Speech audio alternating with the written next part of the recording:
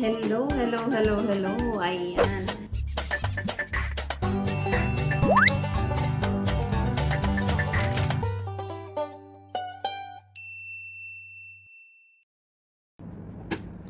Ayan, magandang araw sa inyo mga kamamshi. Ayan, samahan nyo ako guys. Magluluto tayo ng arroz caldo. Ayan, simpleng-simple, masarap kapag malamig ang panahon guys. Saktong-sakto dahil umuulan dito sa amin ngayon.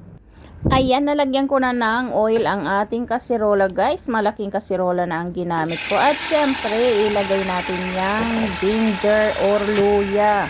Ayan, isang cup nga pala yan guys. Ayan, sinadya ko talagang marami yung ginger guys. Dahil mas masarap ang lasa kapag marami ang luya.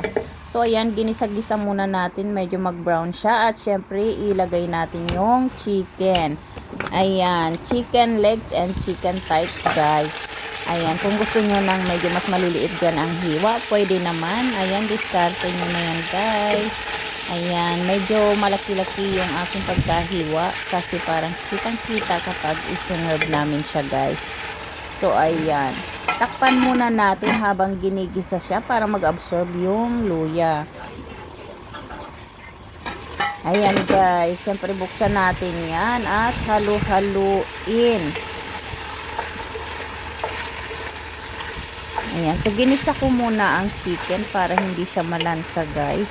Mas masarap kapag mag-absorb dyan yung lasa ng luya. Ayan, syempre lagyan natin ng lemongrass. At syempre huwag kalimutan yung ating chicken cubes guys.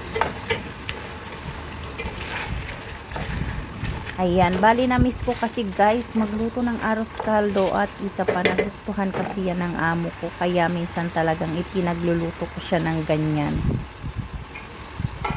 Ayan, syempre takpan muna natin uli. Ayan, ihalo-halo na naman. Halo-halo lang guys.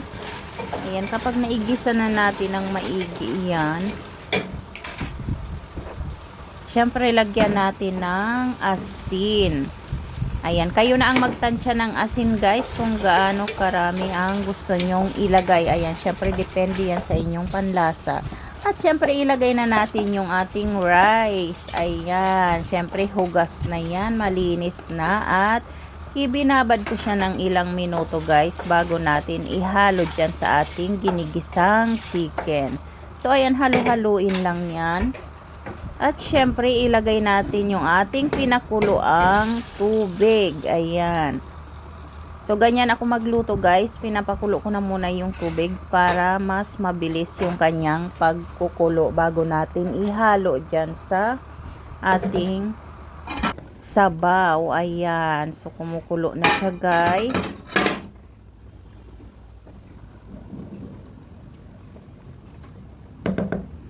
Ayan, parang ano lang guys, parang nasa Pilipinas lang tayo kapag ganito ang pagkain, lalong-lalo na kapag taglamig yung panahon guys. Ang sarap kumain ng arroz caldo, lalo na kapag medyo lasa nyo talaga yung ginger. Ayan, so halo-halo lang kayo guys. Ayan, mayat maya po kailangan yung ihalo yan para hindi didikit sa ilalim yung kanyang rice. Ayan, siya nga pala guys, ang ginamit ko sa arroz caldo ay sushi rice. Dahil medyo sticky siya guys. So ayan, huwag kalimutan lagyan din natin ng paminta.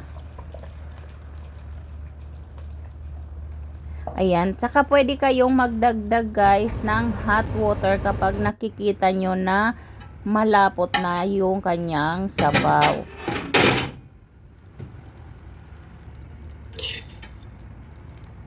So, ayan, maglalagay ako guys ng roasted garlic. Ayan, para mas malasa yung ating arroz caldo. Ayan, konti lang ilagay nyo guys dahil mamaya kapag mag-serve kayo, saka nyo lagyan sa ibabaw ng karagdagang garlic. Ayan, so malapot na siya guys. Ayan, napakadali lang pong lutuin. Easy lang siya. At syempre masarap kapag homemade yung pagkaluto. dahil masusunod nyo yung gusto nyong lasa, guys.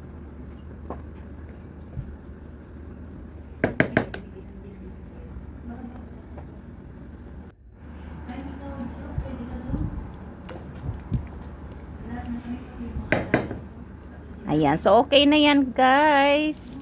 Lagyan natin ng green onion.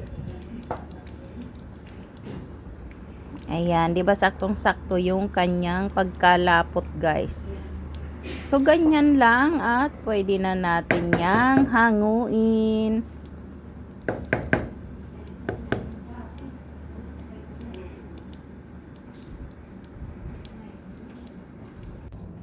So ayan, guys, syempre maglagay na tayo sa ating mangkok. Ayan, ready na for serving siya, guys.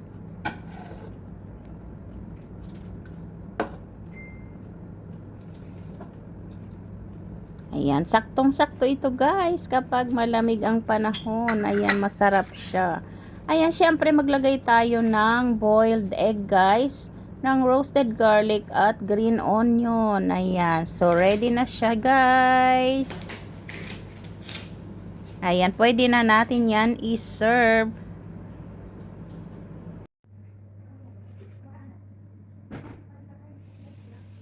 Kain tayo, guys. Ayan, may lemon din dito, guys. O kung gustong maglagay ng lemon, ayan, syempre may extra kaming itlog. Ayan, so kain na tayo, guys.